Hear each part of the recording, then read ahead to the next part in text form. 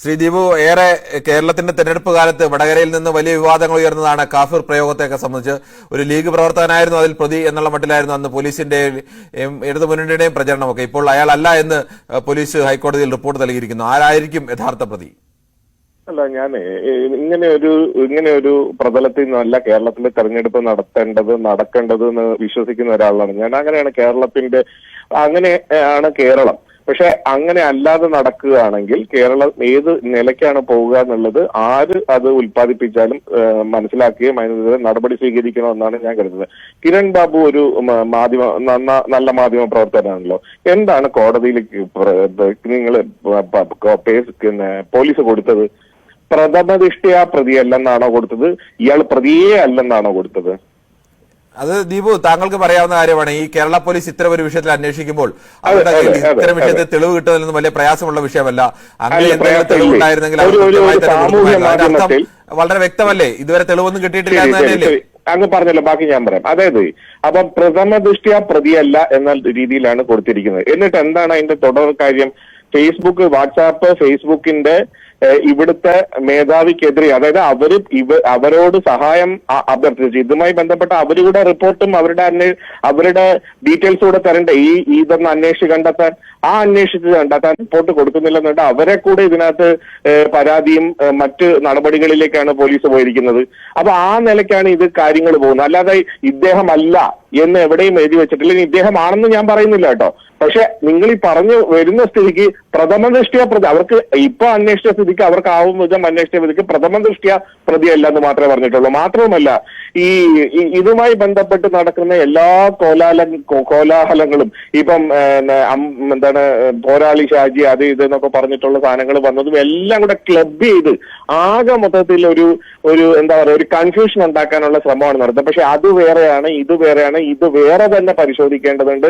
ഇതാരാണെന്ന് കണ്ടുപിടിക്കേണ്ടതുണ്ട്. പണ്ട് AKG centre Bob CPM പ്രവർത്തകരാണെന്ന് പറഞ്ഞിട്ട് ഒരു വലിയ SIT തലവനുള്ള വേറൊരു മാധ്യമ പ്രവർത്തകൻ ഇതുപോലെ ഇവിടെ അടിച്ചുവിട്ടുണ്ട്. അവർ ഇന്ന് വരെ മാപ്പ് പറഞ്ഞിട്ടില്ല ആ കാര്യത്തിൽ. ആരെങ്കിലും പ്രതിയാണ് എന്ന് പറയുന്നില്ല. പക്ഷേ വെറും തരംതാണ രാഷ്ട്രീയ മാർഗമാണ് വോട്ടിന് വേണ്ടി പ്രയോഗിച്ചത്. അതിന് ആരായാലും അത് കണ്ടെത്തേണ്ട ഉത്തരവാദിത്തം പോലീസിനുണ്ട്. എന്തായാലും പ്രാഥമികമായി അയാൾ അല്ല, അല്ലെങ്കിൽ ഇപ്പോൾ പ്രതിയാണെന്ന് സംശയിക്കുന്ന ആൾ അല്ല എന്നുള്ളതാണ് പ്രാഥമികമായ വിലയിരുത്തൽ. അതിനപ്പുറത്തേക്ക് വിലയിരുത്തലുണ്ടെങ്കിൽ കേരള പോലീസ് കണ്ടെത്തട്ടെ. അത് കണ്ടെത്തേണ്ട ഉത്തരവാദിത്വം, തെളിയിക്കേണ്ട ഉത്തരവാദിത്വം അങ്ങനെയാണെങ്കിൽ കേരള പോലീസിന് തന്നെയുണ്ട്. ആ പാപക്കറയിൽ നിന്ന് മാറേണ്ട ഉത്തരവാദിത്വം കേരളത്തിലെ രണ്ട് മുന്നണികൾക്കും വ്യക്തമായി തന്നെയുണ്ട്. അത് തന്നെയാണ് ഞങ്ങളുടെ അഭിപ്രായം. തെരഞ്ഞെടുപ്പിന് വേണ്ടി ഉപയോഗിക്കേണ്ടതല്ല വർഗീയത, അതും ഇത്തരം തരംതാണ വർഗീയത എന്നതുകൂടി ഓർമ്മിപ്പിക്കുകയാണ്. വസ്തുത പറയുമ്പോൾ അത് പറയാതിരിക്കാനുള്ള ശ്രമങ്ങൾ ഉണ്ടാക്കുക എന്നുള്ളത് മാപ്രകളുടെ ആദ്യത്തെ ഒരു അജണ്ടയാണ്. ആദ്യം ഇവരെന്താണ് പറഞ്ഞു വന്നത്? പ്രതിയേ അല്ല എന്ന രീതിയിൽ. അവസാനം നമ്മൾ കൃത്യമായി കാര്യങ്ങൾ പറയുമ്പോൾ എന്താ പ്രഥമ ദൃഷ്ട്യാ പ്രതിയല്ല എന്നാണ് ഇതുവരെ ഉള്ള റിപ്പോർട്ട് കോടതി കൊടുക്കണം എന്ന് പറഞ്ഞപ്പോൾ പോലീസ് കൊടുത്തിട്ടുള്ളത്. പ്രഥമ ദൃഷ്ട്യ, അതായത് ഇന്ന് വരെയുള്ള അന്വേഷണത്തിന്റെ ഭാഗമായി അദ്ദേഹമാണ് അത് ഉണ്ടാക്കിയത് എന്നുള്ളത് പോലീസിന് കണ്ടെത്താൻ കഴിഞ്ഞിട്ടില്ല. അത് കണ്ടെത്തണമെങ്കിൽ ഫേസ്ബുക്കുമായി ബന്ധപ്പെട്ട് വാട്സാപ്പുമായി ബന്ധപ്പെട്ട അവരുടെ ഓഫീസിൽ നിന്ന് കുറെ ഡീറ്റെയിൽസ് കിട്ടാനുണ്ട്. തെളിവുകളാണ് അത്. ആ ഡീറ്റെയിൽസുമായി ബന്ധപ്പെട്ട് മാത്രമേ മുന്നോട്ട് പോകാൻ കഴിയുള്ളൂ. ഡീറ്റെയിൽസ് ചോദിച്ചിട്ട് അവർ ഇന്ന് വരെ കൊടുത്തിട്ടില്ല. അതുകൊണ്ട് തന്നെ പോലീസ് അവർക്കെതിരെയും നടപടിയും മറ്റ് കാര്യങ്ങളുമായിട്ട് മുന്നോട്ട് പോയിക്കൊണ്ടിരിക്കുകയാണ്. ഇതിനിടയിലാണ് ഹൈക്കോടതിയിൽ ഈ കേസുമായി ബന്ധപ്പെട്ട് പ്രതി എന്ന് വ്യാഖ്യാനിച്ചിട്ടുള്ള ആൾ കൊടുത്ത കേസിന്റെ ഫലമായിട്ട് പോലീസിന്റെ അടുത്ത് റിപ്പോർട്ട് സമർപ്പിക്കാൻ പറഞ്ഞപ്പോഴാണ് ആസ് ഓഫ് നോ ഇതുവരെ അന്വേഷണത്തിൽ അയാൾ പ്രഥമ ദൃഷ്ട്യാ പ്രതിയാണെന്ന് കണ്ടുപിടിക്കപ്പെട്ടിട്ടില്ല എന്ന് പറഞ്ഞിട്ടുള്ള റിപ്പോർട്ട് കൊടുത്തിട്ടുള്ളത്. ഇത് തന്നെയല്ലേ CPM ആണ് ബോംബെറിഞ്ഞത് എന്ന് പറഞ്ഞ് AKG സെന്ററിൽ ബോംബെറിഞ്ഞത് എന്ന് പറഞ്ഞുകൊണ്ട് മാപ്രകൾ എത്ര നാള് കിട്ടിയോ എന്ന് ചോദിച്ചുകൊണ്ട് ഇരുന്നു. അവസാനം അതിന്റെ പ്രതി കണ്ടുപിടിച്ചപ്പോൾ സ്ഥലത്തെ പ്രധാന കോൺഗ്രസ് നേതാവിനെയല്ലേ വിളിച്ചത്? ആ കുട്ടികൾക്ക് ചോക്ലേറ്റ് കൊടുത്ത് അവരെ ഭീഷണിപ്പെടുത്തിയാണ് പറഞ്ഞതെന്ന് സുധാകരന്റെ ഗിർഗർ നമ്മൾ കേട്ടതാണ്. പോലീസ് അന്വേഷിക്കട്ടെ. അവർക്ക് കൃത്യമായ കാര്യങ്ങൾ ഈ ഫേസ്ബുക്ക് വാട്സാപ്പ് അതോറിറ്റീസ് കൊടുക്കട്ടെ.